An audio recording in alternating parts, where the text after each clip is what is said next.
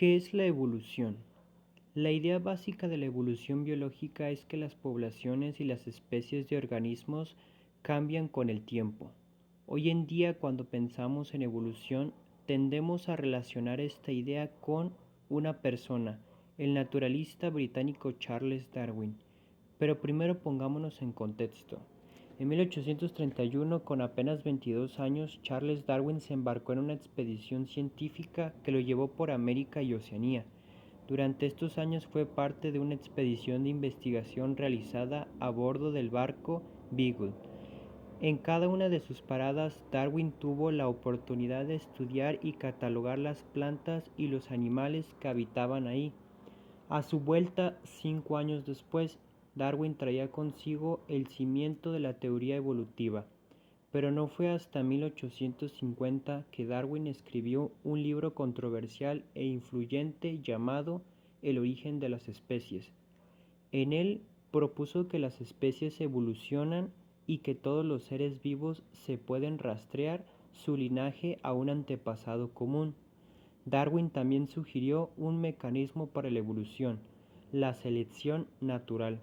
Debido a que los recursos son limitados en la naturaleza, los organismos con rasgos heredables que favorezcan la supervivencia y la reproducción tendrán a dejar una mayor descendencia, lo que hace que la frecuencia de esas características aumente a lo largo de varias generaciones.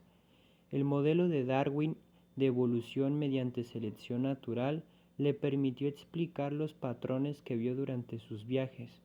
Por ejemplo, si las especies del pinzón de las Islas Galápagos compartían un ancestro común, tenía lógica que tuvieran mucho parecido entre ellas.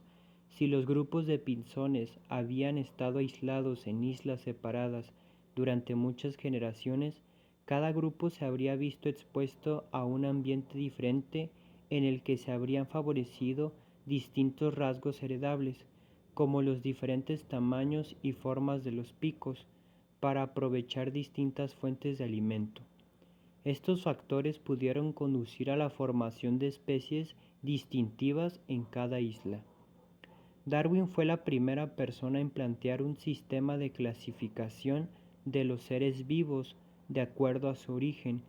Dicha clasificación fue plasmada en su libro El origen de las especies, con la ilustración de un árbol cuyo tronco remite al origen común de los seres vivos. A partir de allí surge una serie de ramificaciones que representan a las diferentes especies conocidas hasta entonces. Por ello, a este tipo de esquemas se les conoce como también árbol de la vida o árbol filogenético. Fue en 1966 cuando el biólogo alemán Willi Hengen sentó las bases del análisis filogenético y creó la sistemática filogenética. Dentro de este estudio de la filogenética entra la sistemática, la cual se encarga de la descripción e interpretación de la diversidad biológica que existe en nuestro planeta, a partir de la unidad fundamental de su estudio, que es la especie.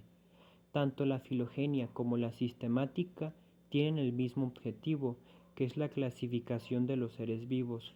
Sin embargo, la filogenia considera el origen de la descendencia y las características comunes entre las especies. Por su parte, la sistemática se encarga de identificar y organizar a los seres vivos de forma jerárquica.